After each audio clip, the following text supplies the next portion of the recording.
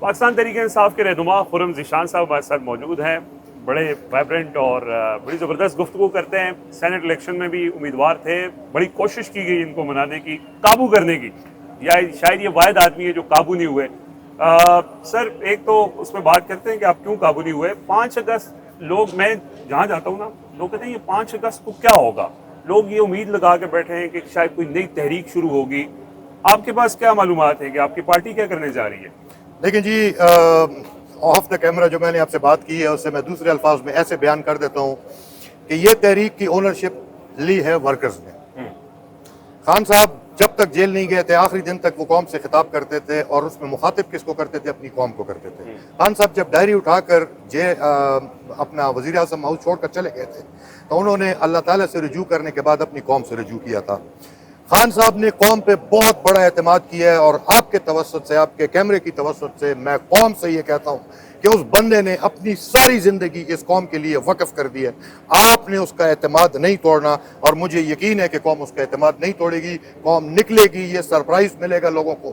جن لوگوں کے دل میں یہ خدشہ ہے کہ یہ سوئے ہوئے ہیں, یہ تقسیم ہو چکے ہیں, کوئی تقسیم نہیں ہے. انشاءاللہ لوگ نکلیں گے, خان کے لیے نکلیں گے, قانون کی آئین کی حکمرانی کے لیے نکلیں گے. صحیح ہے. اچھا سر, بہت سے ظاہر ایک مینڈیٹ دیا لوگوں نے, کروڑوں لوگوں نے مینڈیٹ دیا. عمران خان تو نہیں ہے, الیکشن کے وقت بھی جیل میں تھے. لوگوں کا یہی تھا کہ عمران خان کی رہائی بھی ہو, اور اس کے بعد پھر بجائے الیکشن کے بعد حالات بہتر ہونے کے مزید خراب ہوئے.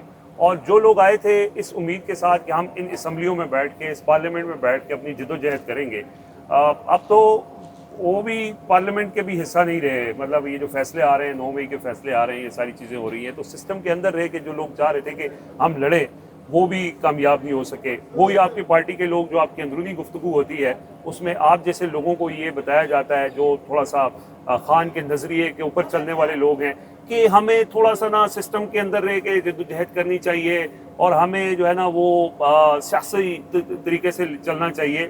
ابھی ریسنٹلی جو سینٹ کا الیکشن بھی ہوا, اس کے اندر بھی ہم نے دیکھا کہ الائنس بن گیا وہاں پہ خیبر پختونخوا کے اندر وہی جماعتوں کے ساتھ جن کے ساتھ مرکز میں بیٹھنا پسند نہیں کیا جاتا. تو یہ ایسا کیوں ہے؟ اس مصلحت کی کیا وجہ ہے؟ دیکھیں, لوگوں کو خدا سے زیادہ جب طاقتور بندوقوں والوں پہ زیادہ یقین ہو نا کہ یہ ہمیں اٹھا کر کہیں بٹھا دیں گے, تو لوگ ان کے پاس چلے جاتے ہیں. میرا بنیادی سینٹ وینٹ کا کوئی شوق ہی نہیں ہے. میرا جو بنیادی اختلاف تھا وہ یہی تھا کہ آپ ان لوگوں کے ساتھ کیسے بیٹھ گئے ہیں جن سے خان بات نہیں کرنا چاہتا.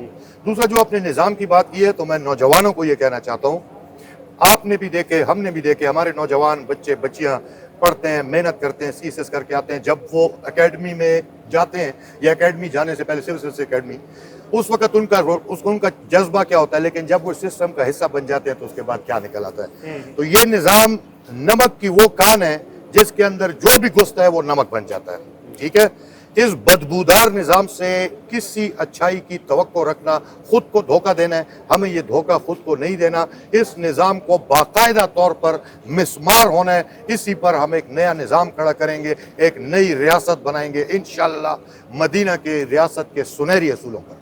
بہت شکریہ جی. یہ ون ڈے ایونٹ, تاثر یہ ہے کہ 5 اگست ون ڈے ایونٹ ہے, تو تحریک ہے یا ون ڈے ایونٹ ہے, یہ جو کنفیوژن ہے یہ کیسے ختم ہوگا؟ یہ ہمارے اندر کوئی کنفیوژن نہیں ہے. یہ کنفیوژن ان کے لیے جنہوں نے ناکے لگانے ہیں, کنٹینر لگانے ہیں, انہیں یہ ان کنفیوژن میں رہنے دیں. یہ تحریک ہے, اور یہ تحریک اسی لیے اس کی کوئی ایک ڈیٹ نہیں ہے کہ یہ تحریک چلتی رہے گی. مسلمان کی مثال ہوتی ہے کہ وہ کیا کہتے ہیں اقبال کے شعر میں, کہ جہاں میں اہل ایمان صورت خورشید جیتے ہیں, ادھر نکلے ادھر ڈوبے, ادھر ڈوبے ادھر نکلے. پورے پاکستان میں آپ کو جگہ جگہ یہ تحریک اس وقت تک چلتی نظر آئے گی جب تک اس ملک میں آئین قائم نہیں ہوگا, جب تک خان رہا نہیں ہوگا انشاءاللہ.